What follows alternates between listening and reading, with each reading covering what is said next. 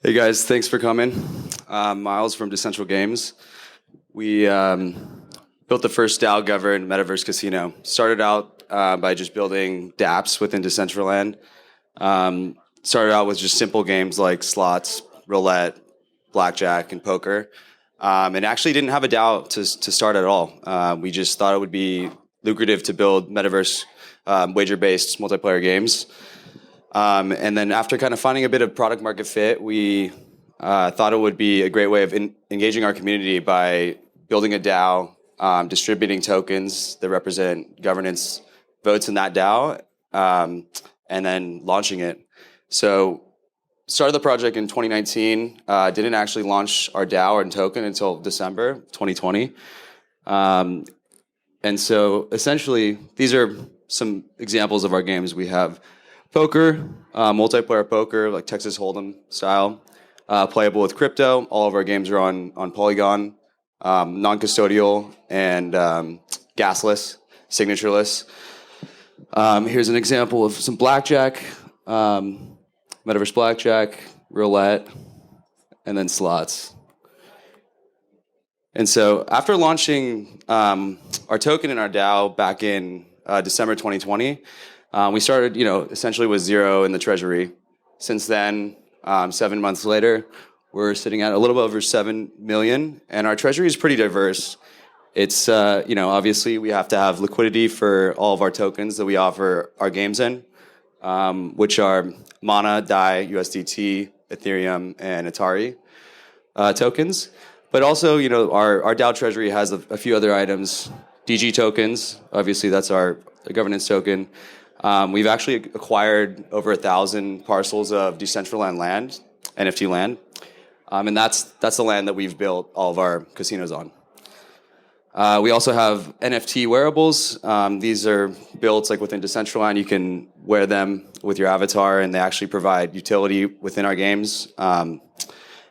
And we've actually built some LP positions within, DG ETH on our Uniswap pool, and we have a close relationship with Index Co-op, and we hold some MVI and ETH in an LP position as well. And then finally, we have a pretty large position of Matic tokens in the DAO. Originally, it just started off as a very small amount, but eventually, because we actually bought it to run a Polygon node actually a year ago. And since then, it's become the 5th largest Polygon node. And obviously Matic has done really well with their adoption.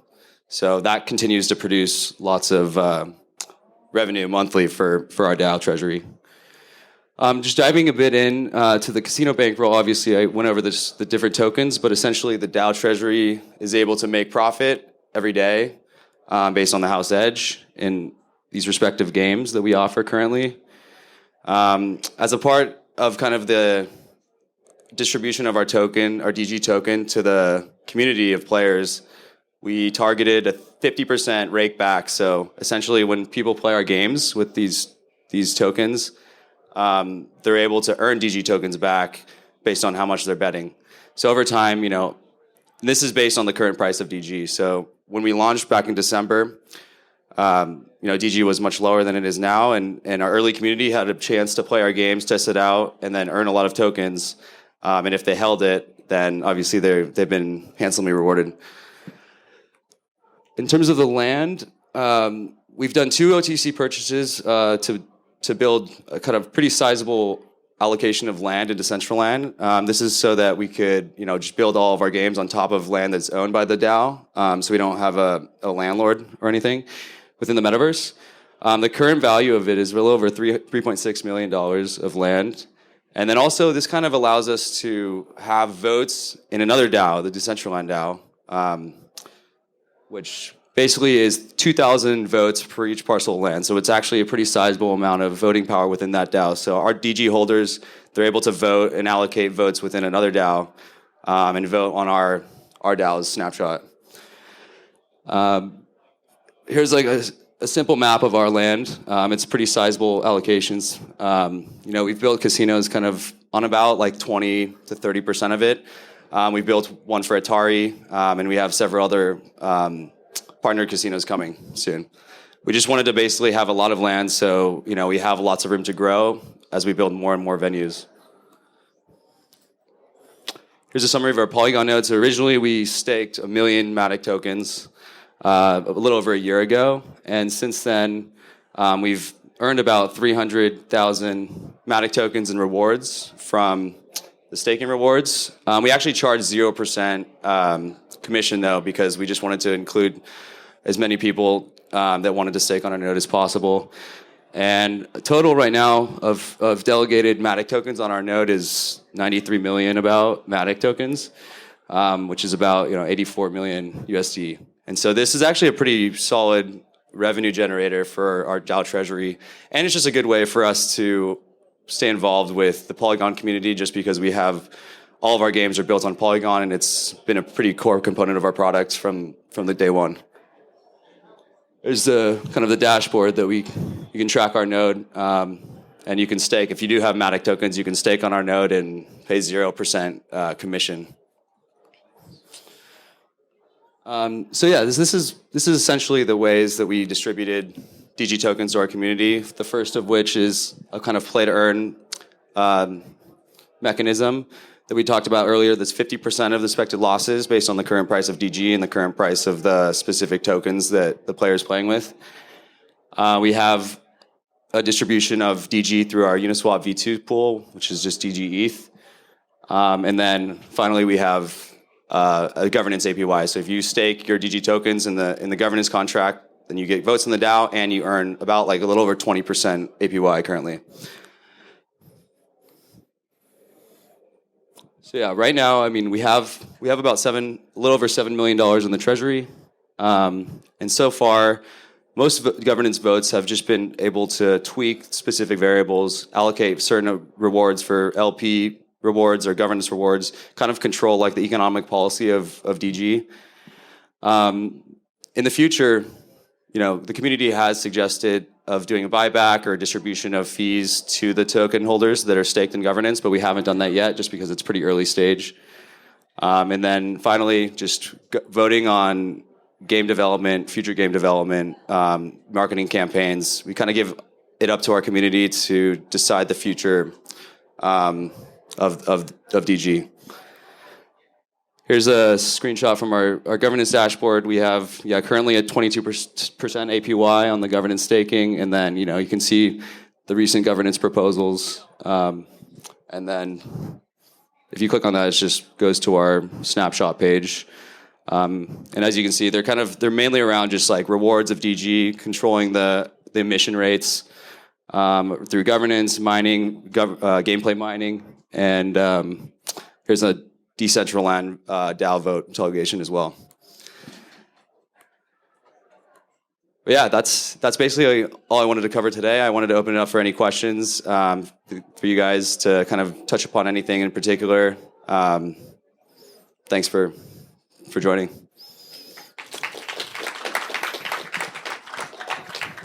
Questions for Miles? Yeah, come on up. Super cool. Excited to come gamble away some profits. I wanted to ask how the contributors and the developers get rewarded right now, and does that go through the DAO? Contributors like you, for instance. Yeah. Me?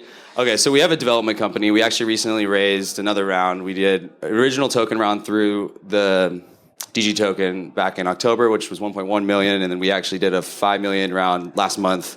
And basically was the development company pays for development right now, and the DAO is kind of basically governing the treasury. But the idea is that eventually the development company will kind of take a back seat and then have the DAO basically fund everything, including development and marketing. But right now, the development company has funds to kind of get us to that point where we're comfortable doing that.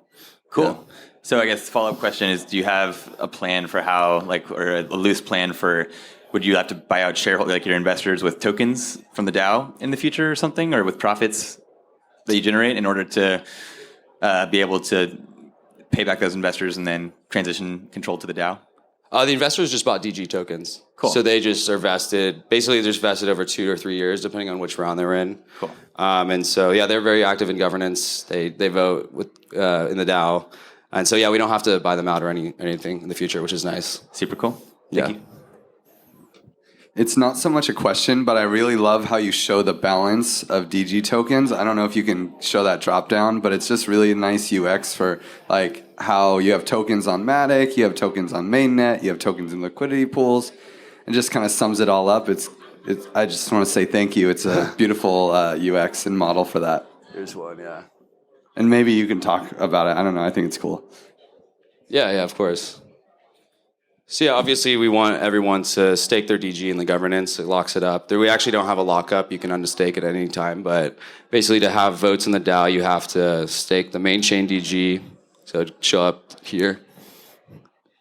And then we have Polygon DG listed as here as well, just because when people play our games, they're playing on Polygon. They're playing with DAI, Mana, USDT, or ETH, and they're accruing DG tokens on Polygon, and it's actually claimable on this dashboard.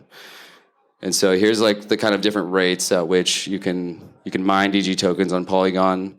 It's basically kind of just based on the current price of DG and the current price of Mana or ETH, targeting 50% of your expected losses given the house edge.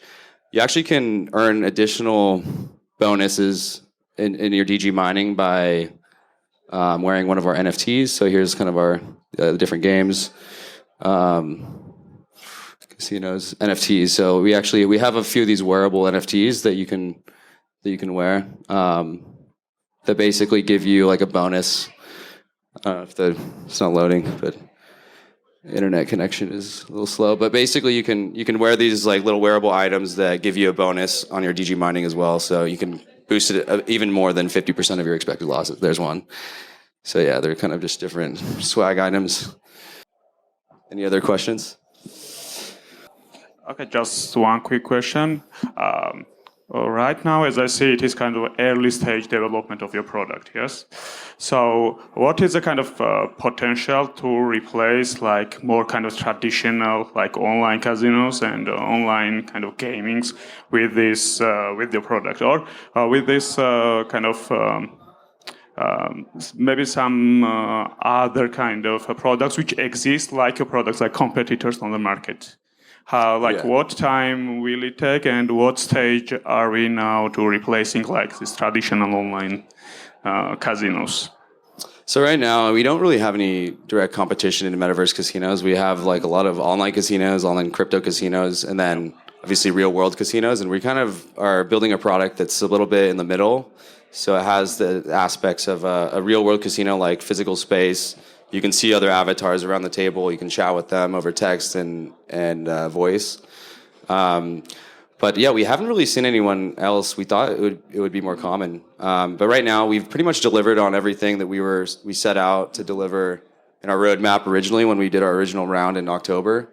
So it's been almost a year. We've pretty much built all of the games that we set out to build, all in-house, all custom in Metaverse, all non-custodial, playable with crypto. And so right now we're really focused on the next step for DG, which I think is really around this play-to-earn narrative, basically incentivizing folks to play games every day, earn some tokens with an EV positive. So that's kind of the next step for DG, I think. But if you're really interested in playing these games with crypto, then it's a really unique experience because I think there's not really anything else like the DG casino experience.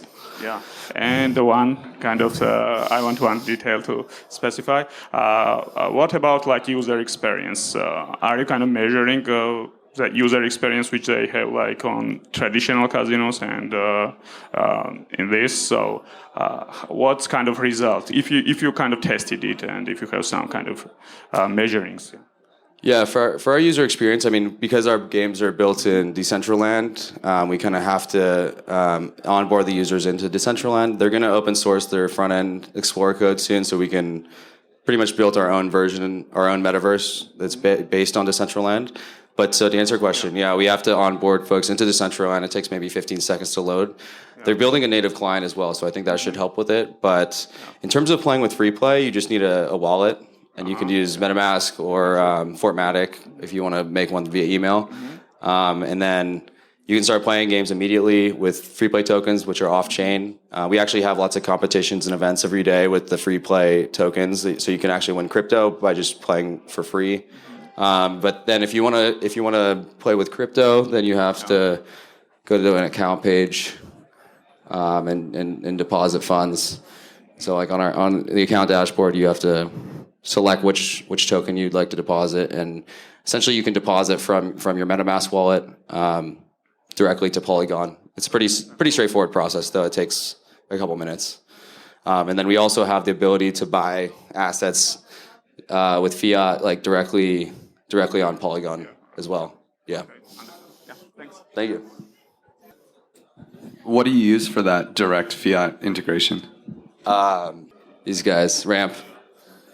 Hey, I'm just like thinking whether you're somehow thinking about the regulation side of things, because these industries in the like traditional world are heavily regulated. Right. So if your project will get big, it's gonna bring a lot of attention, I think. Right. So we have our parent company is based in BVI, issued the token, kind of is a development company, and then we have various operating entities. So the first one is based in Costa Rica. We have one set up in Curacao, and then have one in the process of getting set up in Malta. And basically, the way we've built it is we've allocated kind of these the ability for the DAO to approve additional operators that basically just run a DG node and act as the operator. So right now we have two, and then we're building, registering one more in-house. But the idea is in the future we can accommodate for community-led operators of the games, as long as they have the adequate gambling licenses and are able to enforce, whatever the local jurisdictions are. For in our case, the one we operate right now, we don't allow American IPs and Chinese IPs currently. But yeah, that's a good question. Yeah. Thank you.